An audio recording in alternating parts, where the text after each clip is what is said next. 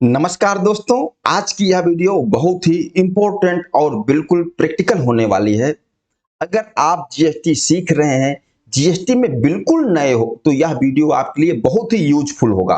क्योंकि इस वीडियो में मैं डिस्कस करने वाला हूं जीएसटी के गोल्डन रूल्स के बारे में। जी हाँ दोस्तों, इंडिया में सभी बिजनेसेस जीएसटी से डील करते हैं। कोई भी बिजनेस बगैर जीएसटी का आप कर ही नहीं सकते हैं।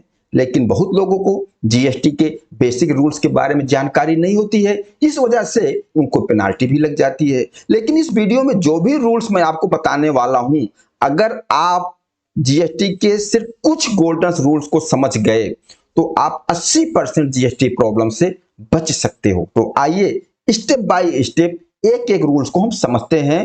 Golden rules of GST. सबसे पहला रूल, करेक्ट जीएसटी रजिस्ट्रेशन। मतलब अगर आपका टर्नओवर लिमिट क्रॉस कर रहा है तो आपको जीएसटी रजिस्ट्रेशन लेना जरूरी होता है।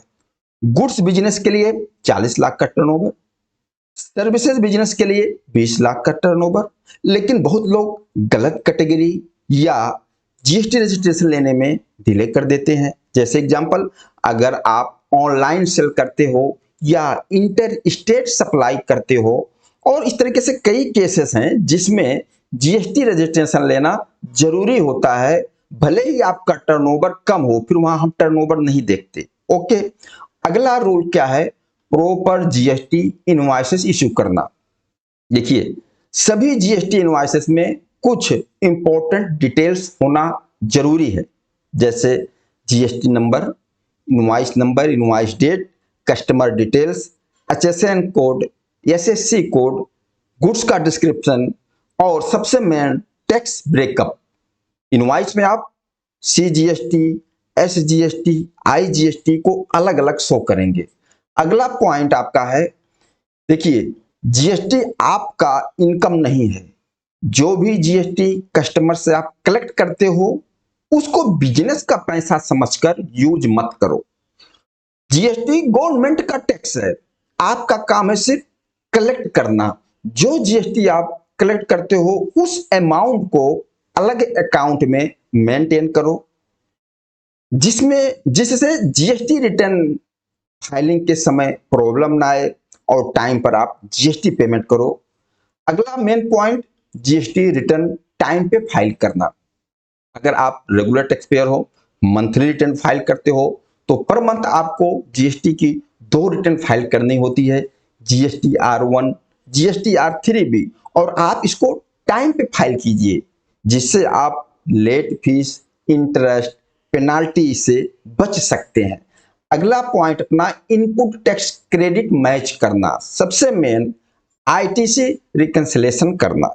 जो भी आपकी इनवॉइस सप्लाई है, जो भी आपने अपने बुक्स ऑफ अकाउंट में एंट्री किया हुआ है, आईटीसी आपकी किताब में है, उस आईटीसी को क्लेम करने से पहले आप चेक कीजिए जीएसटी पोर्टल पर, जैसे कि आपकी सप्लायर ने अपनी जीएसटी रिटर्न फाइल की हो और वह आईटीसी आपके जीएसटीआर 2B में रिफ्लेक्ट हो।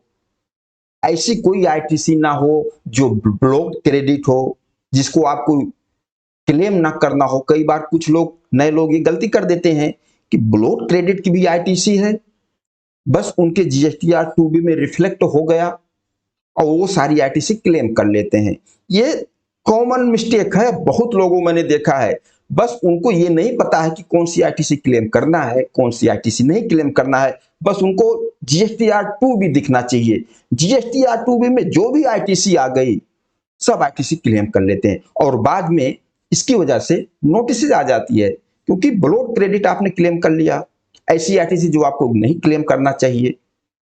तो आईटीसी क्लेम करने से पहले आप अपने बुक्स ऑफ अकाउंट को रिकंसिलेशन करें जीएसटीआर 2B से।